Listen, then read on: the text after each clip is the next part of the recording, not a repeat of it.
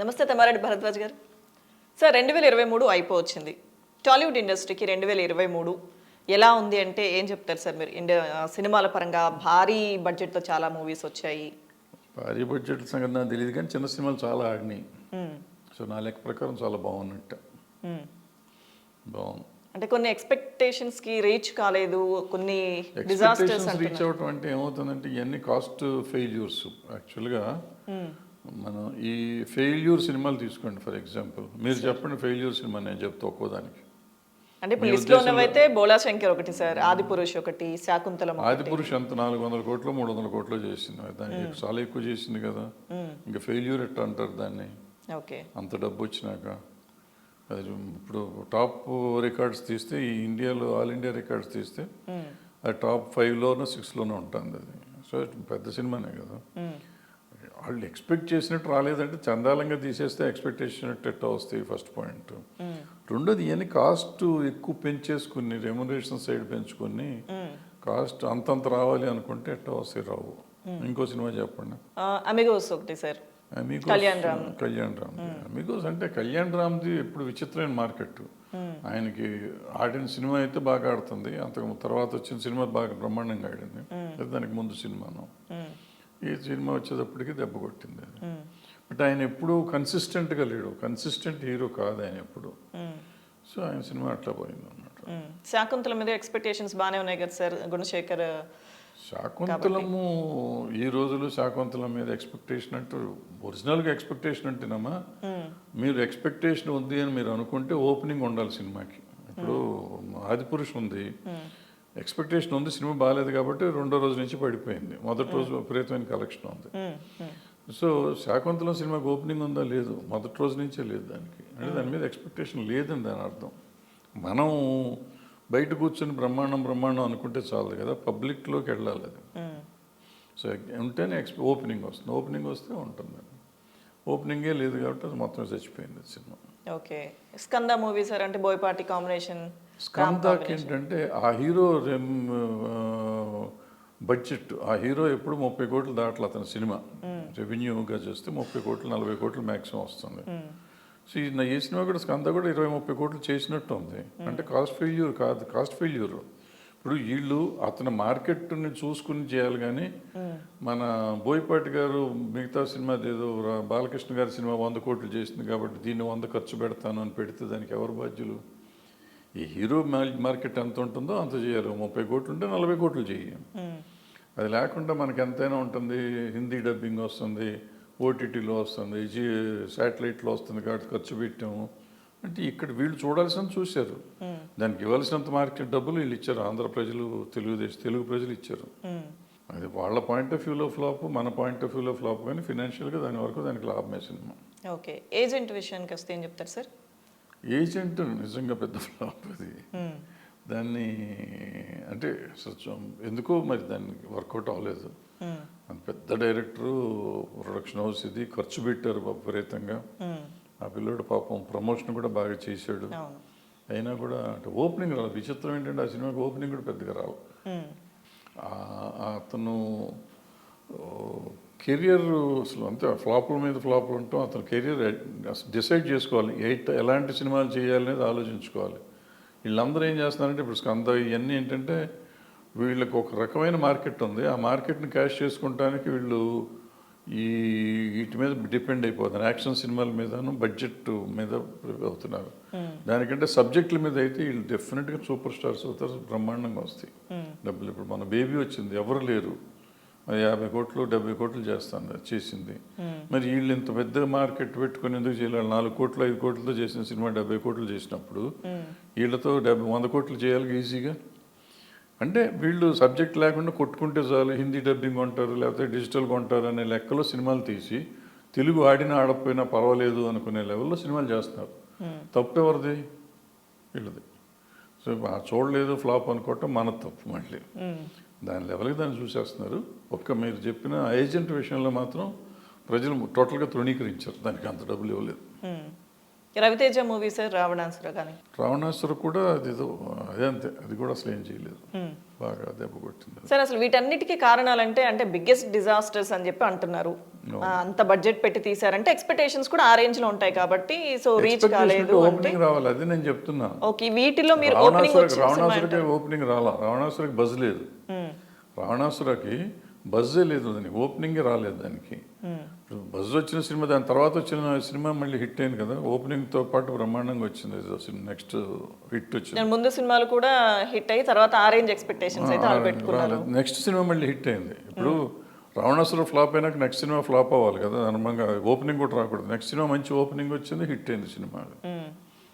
So ఆ సినిమాకి ఏదో టోటల్గా ఓపెనింగ్ నుంచి దానికి బజ్ లేకపోవటం అనమాట, ఓ ఇమేజ్ రాలేదు సినిమాకి, రాకపోతే అంతే అవుతుంది.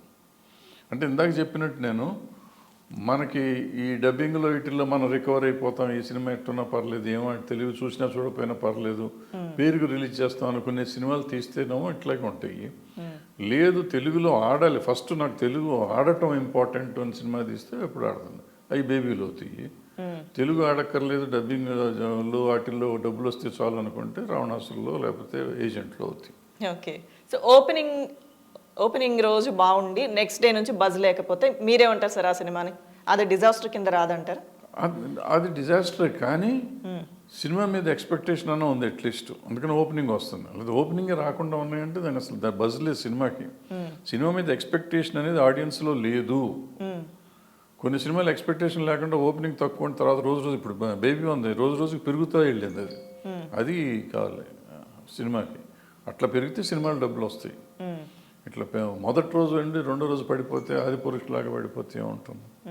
సార్ ఇప్పుడు 2023లో బిగ్గెస్ట్ హిట్ కొట్టిన సినిమాల గురించి మాట్లాడుకుందాం సార్. ఫస్ట్ తీసుకుంటే సలార్ ప్రభంజనం సృష్టిస్తోంది, 500 కోట్ల వరకనే చిత్ర యూనిట్ ప్రకటించడం జరిగింది కదా.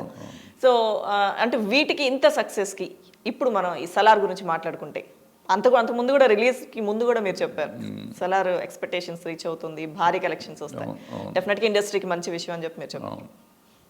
ఇప్పుడు మూవీ రిలీజ్ అయింది కాబట్టి ఏ అంశాలు ఇంత బిగ్గెస్ట్ హిట్కి కారణం అంటారు సార్? ఏ ఎక్స్పెక్టేషన్ ఉంటాం సినిమా వాళ్ళు. ఇప్పుడు ఆ డైరెక్టర్ అలాగే తీస్తాడు, ఆ హీరోకి ఆ సినిమా పనికి వస్తుంది అనుకున్నారు, చూస్తూ ఉన్నారు. ఓపెనింగ్ విపరీతమైన ఓపెనింగ్ వచ్చింది, 4 days కంటిన్యూస్గా హాలిడేస్ వచ్చినాయి. అంటే ఫస్ట్ 2 days మామూలు రన్ను, సండే మండే హాలిడేస్ వచ్చినాయి దానికి. సో దాంతో అసలు విపరీతంగా వచ్చింది, రెవెన్యూ వచ్చి 500 కోట్లకి వెళ్ళిపోయింది. సో అంతే అది.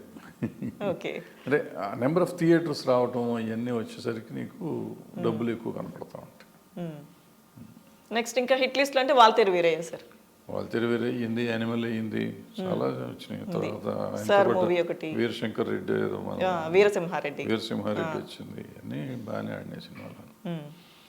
తర్వాత భగవత్ కేసరి ఉంది, భగవత్ కేసరి హిట్ అయింది, సూపర్. ఇందాక మీరు అన్నట్టుగా బేబీ మూవీ, బేబీ, బలగం ఆడింది, విరూపాక్ష ఆడింది, చాలా వచ్చినాయి చిన్న సినిమాల్లో, చాలా బ్రహ్మాండంగా ఆడిన సినిమాలు చాలా ఉన్నాయి. పేర్లు గుర్తురావట్లేదు కానీ మీకు 10 పైన ఉన్నాయి సినిమాలు. సో సూపర్గా ఉంది సినిమా. ఈ సంవత్సరం డెఫినెట్గా బాగుంది. ఈవెన్ తక్కువ చేసిన సినిమాలు కూడా, మీరు ఫ్లాప్ అంటున్న సినిమాల్లో ఏజెంటు, రావణాసురుడు తప్పించి మిగిలిన రెవెన్యూ పరంగా ఇప్పుడు ఆదిపురుషు 300-400 కోట్లు ఏమో చేసింది. అట్లాగే బ్రో 100 కోట్ల పైన చేసింది. ఇంకొక పవన్ కళ్యాణ్ గారి సినిమా అది దగ్గర 100 కోట్లు చేసినాయి. సో అవన్నీ 100 కోట్లు చేస్తున్నాయి. కాస్ట్ ఫెయిల్యూర్లు అయితే అయ్యి ఉండొచ్చు కానీ డిజాస్టర్స్ కాదు. ఫ్లాప్లు అంటారు కొన్ని, కానీ కాస్ట్ ఫెయిల్యూర్లు అయ్యి, ఆ కాస్ట్ అంతా పెంచుకుంటా పోయి ఫెయిల్యూర్ అంటే ఇప్పుడు ఆ సినిమాలకి తీసిన వాళ్ళ తప్పు కానీ చూసిన వాళ్ళ తప్పు కాదు. ఓకే, సో మిగతా సినిమాలు ఇండస్ట్రీ కళకళలాడేలా చేశాయి చెప్పాలంటే, ఇప్పటివరకు మనం మాట్లాడుకున్న కొన్ని హిట్ లిస్ట్లో ఉన్న సినిమాలు. సో అవి ఎక్కడ అంటే ఆడియన్స్ పల్స్ పట్టుకున్నారా? ఎందుకంటే హీరోలు పెద్దవాళ్ళు, బడ్జెట్ పెద్దదే, ఇంకా కొంత చిన్న బడ్జెట్తో వచ్చిన సినిమాలు కూడా అసలు ఎవరు ఎక్స్పెక్ట్ చేయని హిట్ కొట్టాయి. బలగం కానీ, బేబీ కానీ. బలగం స్లోగా పికప్ అయింది, బేబీ అసలు ఓపెనింగ్ నుంచే బాగా వచ్చింది. అంటే బట్ ఓపెనింగ్ రావటం 4 కోట్లతో ఓపెన్ అయిందంటే తక్కువ అనుకున్నాం, అది చాలా ఎక్కువ అనుకున్నాం. అది 7-8 కోట్ల దాకా వెళ్ళిపోయింది, 7-10 కోట్ల దాకా వెళ్ళినట్టుంది, అట్లా పెరుగుతూ వచ్చింది అది. సో అది చాలా ఈ మధ్యకాలంలో చెప్పాలంటే ఆశ్చర్యకరమైన గ్రోత్ వచ్చిన సినిమా బేబీ. వచ్చి రెవెన్యూ అట్లా విపరీతంగా చేసింది సినిమా. అంత చేసిన సినిమా నాకు తెలిసి ఇప్పుడెప్పుడో మా శంకరాభరణం చెప్పుకునేవాళ్ళం మా చిన్నప్పుడు. సార్ ఇంత చేసిన సినిమా అట్లా చేసిన సినిమా ఏది లేదు ఈ మధ్యకాలంలో, ఆఫ్టర్ శంకరాభరణం రాదు. ఓకే. సో ఒక రకంగా ఏంటంటే మంచి సిగ్నల్, ఎందుకంటే సినిమా బాగుంటే కలెక్షన్ పెరుగుతుంది అనే సిగ్నల్. ఎందుకంటే ఇంతకుముందు బాగున్న సినిమాలు కూడా ఆదివారం దాకా వచ్చి సోమవారం పడిపోయాయి. బేబీకి ఏంటంటే సెకండ్ సండే కూడా నీకు ఫస్ట్ సండే కంటే దగ్గరగా ఉంది. సో అంత విపరీతంగా చేసింది ఆ సినిమా. మనం ఏంటంటే దాన్ని బట్టి అర్థం చేసుకోవాల్సింది ఏంటంటే ఇప్పటికి కూడా మనం మంచి సినిమా తీస్తే ఆడుతుంది అనేది మనం అర్థం చేసుకోవాలి. అది లేకుండా మనం ఏదో ఒకటి తీసాము శాటిలైట్కి డిజిటల్కి అదే హిందీ డబ్బింగ్కి సినిమాలు తీస్తున్నాం, ఎంతకాలం తీస్తే అంతకాలం ఎట్లాగే ఉంటుంది సినిమా ఇండస్ట్రీ. ఓకే. సో మొత్తానికి 2023 అయితే ఇండస్ట్రీకి బాగుందంటారు. బ్రహ్మాండంగా. సార్ కొన్ని కాంట్రవర్సీలు కొన్ని మాటలు వస్తున్నాయి, అంటే 5-6% హిట్స్తోనే టాలీవుడ్ ఇండస్ట్రీ నడుస్తుందని కొన్ని వినిపిస్తున్నాయి. సో అలాగే థియేటర్స్ విషయంలో కానీ చిన్న సినిమాల విషయంలో చూస్తూ ఉంటున్నాం మనం కొన్ని. ఏం చెప్తారు సార్ వాటి? అవన్నీ ఊరికి అంటాను ఉంటారు, పని పాటలు నాలాంటి వాళ్ళు ఉంటారు ఖాళీగా ఏదో చెప్తూ ఉంటారు. అవి ఇప్పుడు ఉంటే 200 సినిమాలు ఎట్లా రిలీజ్ అవుతున్నాయి? Simple logic. ఇప్పుడు పెద్ద సినిమాలు ఎన్ని ఉంటాయి, చిన్న సినిమాలు ఎన్ని ఉంటాయి? కంపేరిటివ్గా ఎప్పుడు 60 to 70% చిన్న సినిమాలు ఉంటాయి. ఆ 70% సినిమాలు రిలీజ్ అవుతున్నాయి కదా. సినిమాలు రిలీజ్ అవుతున్నాయి అంటే మనకి థియేటర్లు ఉన్నట్టేగా. ఇప్పుడు వీటికే భయంకరంగా ఉంటున్నాయి థియేటర్లో. ఒక రెవెన్యూ పిండి ఖర్చు లేక షో క్యాన్సిల్ అవుతుంది. చూసే సినిమా తీయటం మనం నేర్చుకోవాలి, వాళ్ళ మీద మాట్లాడతాం కాదు. ఇప్పుడు థియేటర్ బతకాలి కదా, ఎగ్జిబిటర్ బతకాలి, డిస్ట్రిబ్యూటర్ బతకాలి. సో వాళ్ళకి కూడా రెవెన్యూ ఎంతో కొంత రూపాయో పావాలని వచ్చేటట్టు ఉండాలి కదా. థియేటర్కి ఇప్పుడు కరెంట్ ఛార్జీలు రాకుండా మనం సినిమా తీస్తే షో క్యాన్సిల్ చేస్తే ఏమొస్తుంది థియేటర్లు కట్టుకుని.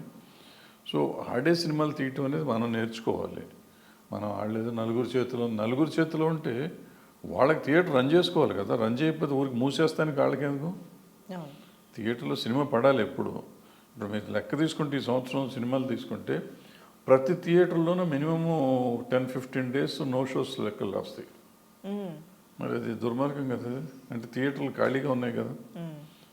సినిమాలు సరైన సినిమాలు ఉంటే ఎందుకు పడితే నో షోస్ వస్తాయి. ఓకే. సో ఈ ఇయర్ అయితే బాగుందని చెప్పారు మీరు. సో 2024 కూడా గతంలో కూడా మనం మాట్లాడుకున్నట్టు పెద్ద సినిమాలు చాలా ఉన్నాయి కాబట్టి డెఫినెట్గా ఈ సంవత్సరం ఇంకా బాగుండాలి. రెవెన్యూ ఉంటుంది, డబ్బులు ఎక్కువ కనపడతాయి. ఫర్ ఎగ్జాంపుల్ లాస్ట్ ఇయర్ 23లో మనం 3,000 కోట్లు 2,000 కోట్లు అయింది బిజినెస్ అనుకున్నాం. 24లో డెఫినెట్గా 4-5 వేల కోట్లు అవుతుంది, ఇంకా ఎక్కువ అవ్వచ్చు. అంటే అన్ని పెద్ద సినిమాలు ఉన్నాయి కదా. ఇందాక చెప్పాము సలారు, యానిమల్, ఇవన్నిటికీ వద్దన్నా కానీ 300-400 కోట్లు వస్తాయి. ఈవెన్ ఆది పురుషు. సో అట్లా 400 కోట్లు 500 కోట్లు 1000 కోట్లు చేసే సినిమాలు నెక్స్ట్ ఇయర్ ఎక్స్పెక్టెడ్ అంత చేసే సినిమాలు ఉన్నాయి. 1000 కోట్లు ఎక్స్పెక్ట్ చేసే సినిమా 300-400 కోట్లు ఆడతా పాడతా చేస్తుంది. సో అవన్నీ అటువంటి చాలా ఉన్నాయి కాబట్టి నెక్స్ట్ ఇయర్ చాలా ఎక్కువ చేయొచ్చు అని అనుకుంటున్నాను. Thank you so much sir.